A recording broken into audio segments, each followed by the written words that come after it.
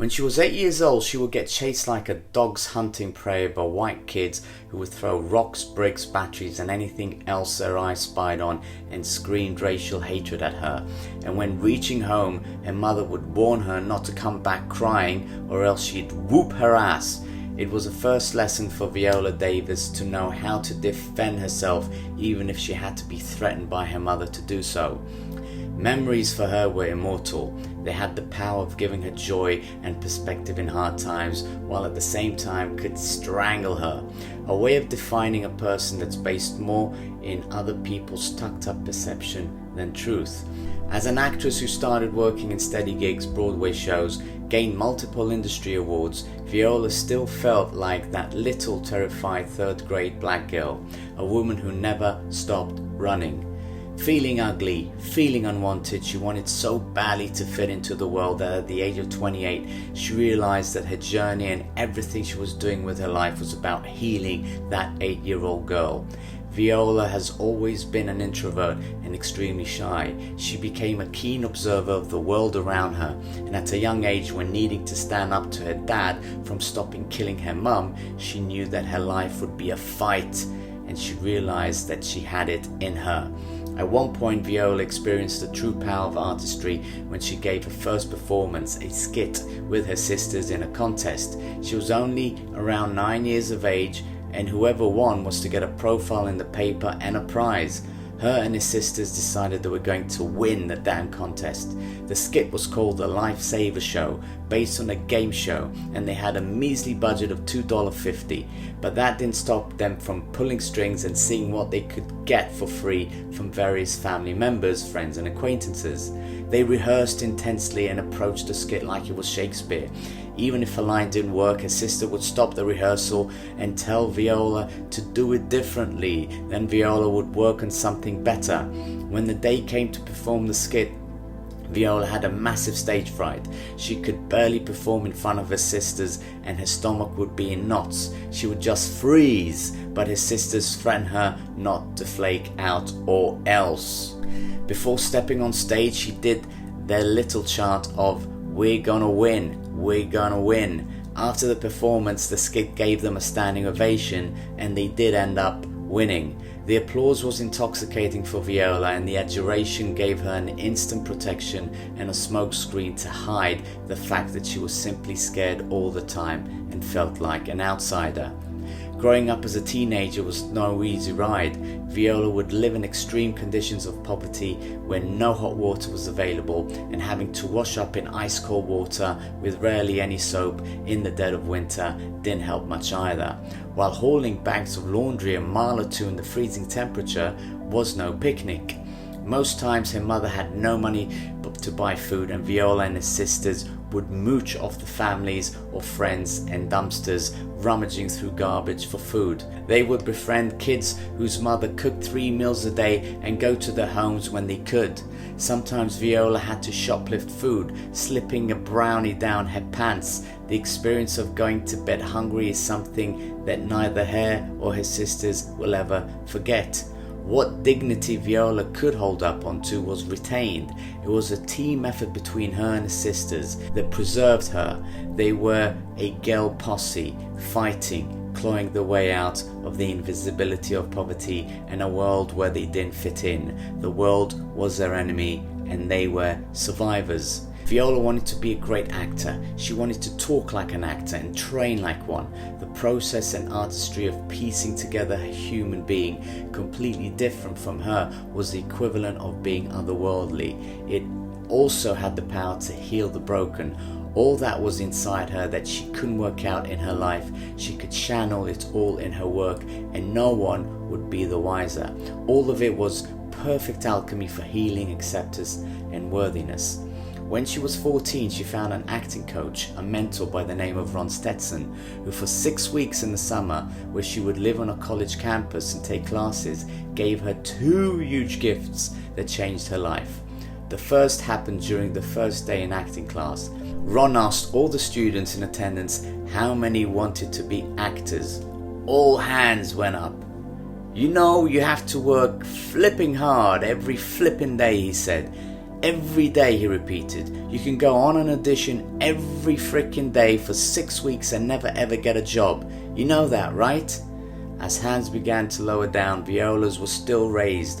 And you're going to get rejected time and time again, Ron continued.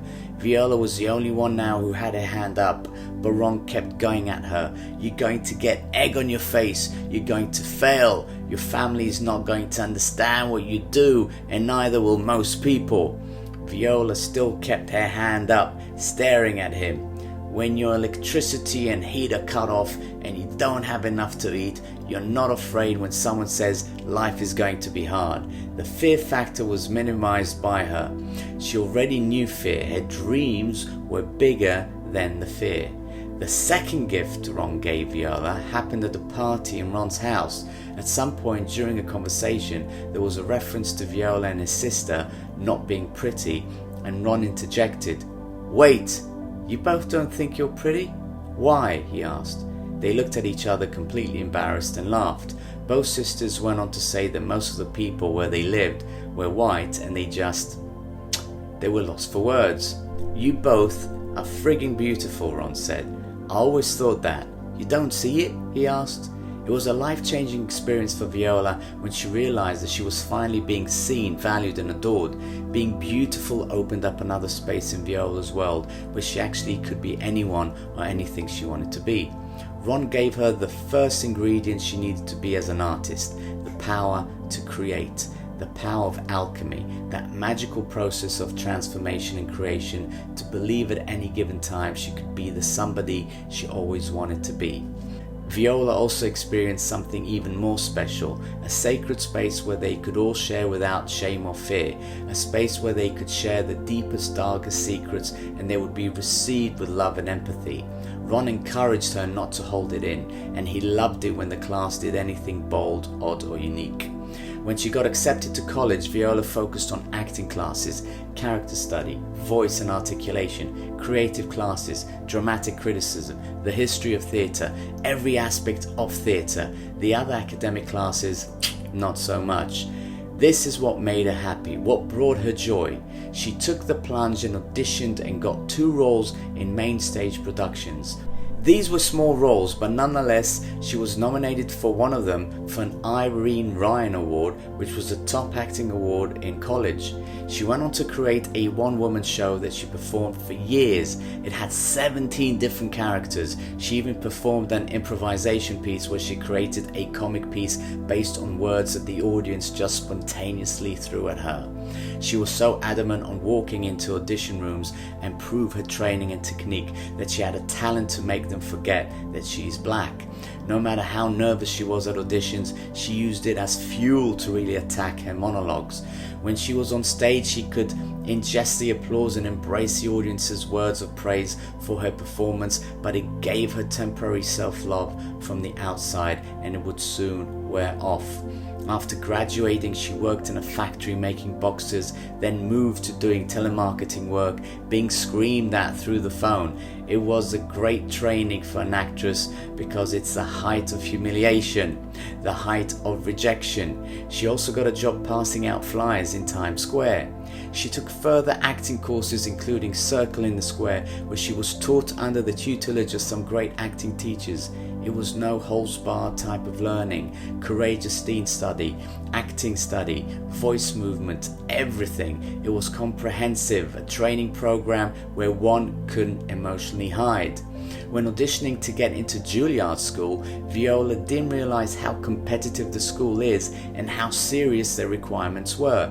The acceptance rate at Juilliard School was 4.9%. That means for every 100 applicants, only 5 were admitted. This meant the school is extremely selective. She felt pretty confident she was going to get into the school because she didn't know better. She felt she had power in acting and had a feeling that she was good. The longer she was in theatre settings, the more confident she became. The audition process is auditioning in front of 3 to 4 main teachers, and if you're good, it's on to the next level and do the audition again. Then you go to the next level and you do it again until the entire faculty at Juilliard School has seen you. Viola managed to arrange one audition in front of all the teachers of the departments. One of the heads apparently was a complete asshole, but on the whole they came back saying, "There are things you have to work on, but we see your gift as an actor, your emotional wealth." And Viola got accepted. During her training and performing at Juilliard School, an agent popped by to see Viola perform in one of her plays and decided he wanted to meet up with her. The meeting was one of synergy, kismet, a perfect moment. Sometimes actors meet an agent and the vibe is, "What can you do for me? You're a big agent. You get me the auditions. You get me the jobs. You get me the money." But here it was something different. Viola saw this was someone who saw her talent, saw her possibilities. Agent and actor are like marriage. The agent has to get you. She was dark skinned, not a size 2, not considered beautiful, and Viola felt that the agent she's chosen would be the driving force in her career, her advocate. Graduating from Juilliard School with an agent in tow, Viola would go to auditions, get a call back, and then someone else would get it. Or she wouldn't get the audition at all because she was too young, too old, too dark, not sexy. In the meantime, her life kept moving. Rent was due, phone bill was due, subway fare, food, student loans. The aha moment kicked in when she realized what life is like being an artist. The other thing that hit her was the power and life force of the 1-2 punch of colorism and sexism. Almost every role she auditioned for were drug-addicted mothers. All the rest were soap operas where she would be sitting in the audition waiting room with good-looking models. Before the streaming services, studios weren't churning out great roles for black actors, at least not black actresses her shade. Most of the actors Viola went to school with, whether at Juilliard, Rhode Island College, Circle in the Square Theatre, are not in the business of acting anymore.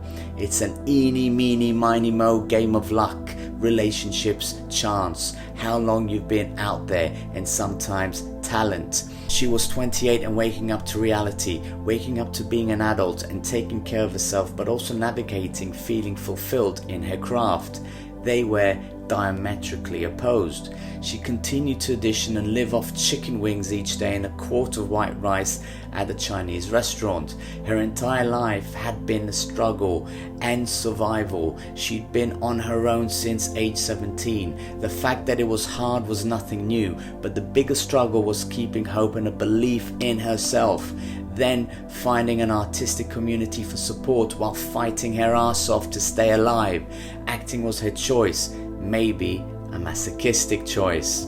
At one point, Viola went back to a rep school and acted in 2 plays at the Guthrie Theatre. During one of those performances, she got a call from her agent about auditioning for a play called 7 Guitars. She felt connected to the part when studying for the audition. A TV film audition will maybe have a page or 2, whereas a theatre audition could be 9, 10 or even more. This leaves very little room for memorization, but this was one of those rare occasions when she was off the book. The words for her character were a part of her.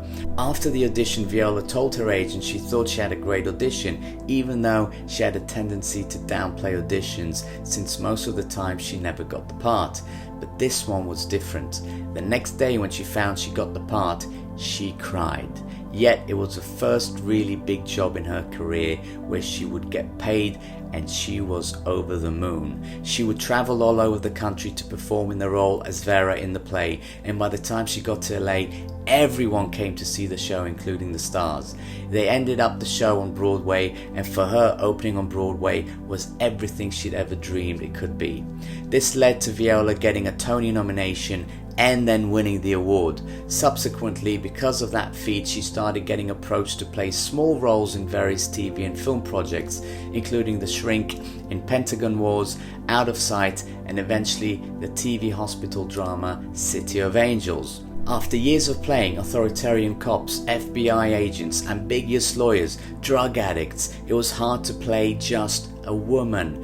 And when a lead role came by in the shape of How to Get Away with Murder, everything changed. Viola felt a great deal of fear to play the leading lady role on a network TV. Many in the industry were saying that there's no way that show is going to work with Viola Davis in the lead. There's no way it's going to work. She's not pretty enough. She's not feminine enough. She doesn't turn me on. It was ingrained thinking by the black society at the time. When she got the role, she had mixed feelings of whether she deserved it, until she remembered the teachings of Sanford Meisner, who said the most important question an actor can ask is why? Why can't I be sexualized? Why can't I be vulnerable? Why can't I have a husband and a boyfriend? Why can't I be a leading lady? As she kept asking these questions, she eventually reached a dead end that led to the question, why not? An actor's work is to be an observer of life. Her job wasn't to study other actors, because that is not studying life. If we are an audience, it wasn't her job to give us fantasy. It was her job to give us ourselves. In people, there is an infinite box of different types, different situations, different behaviors. They are complicated and vast as the galaxy itself. She let herself feel the fear, face the pain of her 8-year-old ugly girl self, but she didn't let it rule her. She used it as fuel, because she understood that she needed to bring everything she is into a character, to bring memory, triumphs, pain and insecurity. This is what makes a character human. Viola became a mouthpiece for all the women who looked like her. She had no weapons to slay those naysayers, to change culture itself. Her art was the best healing tool to resolve her past, the best weapon that she had to conquer her present, and her gift for the future.